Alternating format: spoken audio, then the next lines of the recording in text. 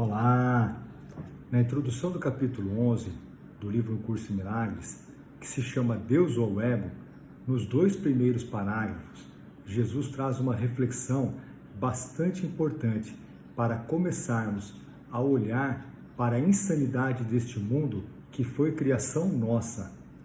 Uso a palavra criação aqui de uma maneira didática somente, pois sabemos que só Deus cria. Por mais difícil que seja entender isso, a metafísica de Um Curso em Milagres está baseada nesta crença de separação. Penso que é importante pelo menos refletirmos sobre isso, pois olhar para isso com o Espírito Santo é pedirmos ajuda a Ele para enxergarmos a verdade por trás da ilusão.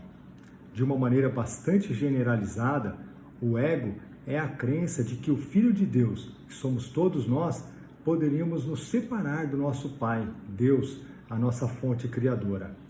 Metaforicamente falando, nesta crença de que realmente nos separamos de Deus, nós dividimos a nossa mente em 2 sistemas de pensamentos excludentes, ou podemos dizer, diametralmente opostos em todos os aspectos. Temos agora 2 sistemas de pensamento.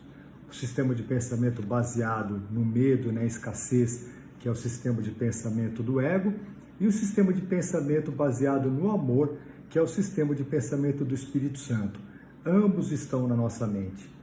Como o ego foi feito por nós e está na nossa mente, o desfazer dele também tem que ser na nossa mente, onde ele se originou.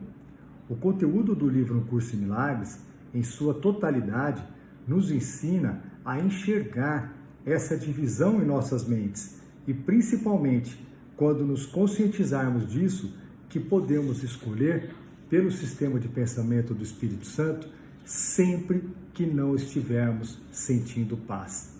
Dito isso, vamos voltar para o trecho do livro-texto onde Jesus começa o primeiro parágrafo dizendo assim: ou Deus é insano, ou o ego é insano. Se examinares a evidência dos 2 lados de maneira justa, reconhecerás que isso tem que ser verdadeiro. Aqui, Jesus já reforça em nós que um dos sistemas de pensamento nosso não é real, não é criação de Deus. Pensar que Deus poderia criar algo que não fosse totalmente amoroso e eterno é uma insanidade. No final do primeiro parágrafo, Jesus diz assim: nada que vive deixa de ter um pai, pois a vida é criação. Portanto, a tua decisão é sempre uma resposta para a questão: quem é o meu pai? E serás fiel ao pai que escolheres. Mais uma vez, vemos aqui uma reflexão de um equívoco onde achamos que o nosso pai aqui no mundo é o ego que nós fizemos. É um problema de autoridade. Neste problema de autoridade jaz todo o nosso conflito sobre a nossa paternidade. Obviamente que este pensamento de autoridade é bem inconsciente, mas novamente vale a pena refletirmos sobre isso, principalmente porque a metafísica do livro está apoiada nesse conflito. No início do parágrafo 2, Jesus diz assim conosco: no entanto, o que dirias tu a alguém que acreditasse que essa questão realmente envolve um conflito? Se fizeste o ego, como poderia o ego ter feito a ti? Novamente, como pode haver conflito em uma coisa que não é real, que não é verdadeira? Quando começamos a nos conscientizar disso e aceitamos que um equívoco pode ser reparado a qualquer momento, depende somente de nós, estamos iniciando o processo de desfazer o nosso ego. Começaremos a ter um vislumbre, através do amor do Espírito Santo, do que é a nossa verdadeira identidade como filhos de Deus.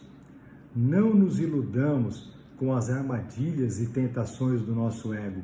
Ele não vai nos levar a lugar algum.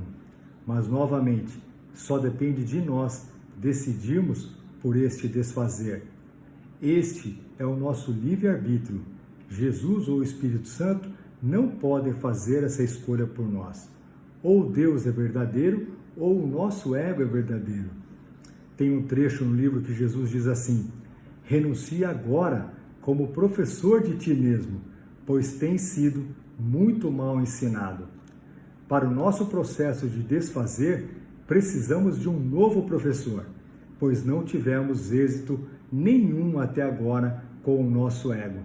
Está na hora de escolhermos o Espírito Santo para ser o nosso novo professor.